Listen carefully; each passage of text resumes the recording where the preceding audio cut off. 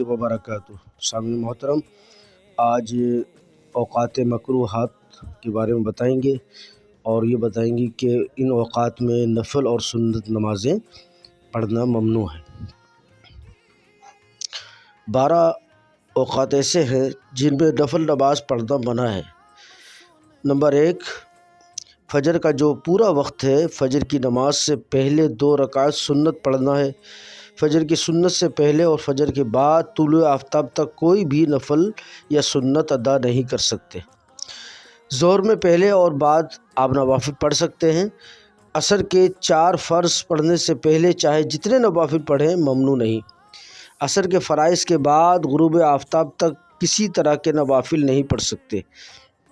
نماز مغرب سے پہلے ایسے نوافل پڑھنا کہ مغرب کی نماز لیٹ ہو جائے ممنوع ہے۔ عشاء کی نماز سے پہلے اور بعد میں جتنے چاہیں نوافل پڑھ سکتے ہیں، اور امام جب خطبے کے لیے ممبر پر بیٹھ جائے، خطبہ عیدین اور خطبہ نکاح کے دوران نفل پڑھنا ممنوع ہے۔ اسی طرح عید کی نماز سے پہلے گھر اور مسجد یا عیدگاہ میں نوافل ممنوع ہیں۔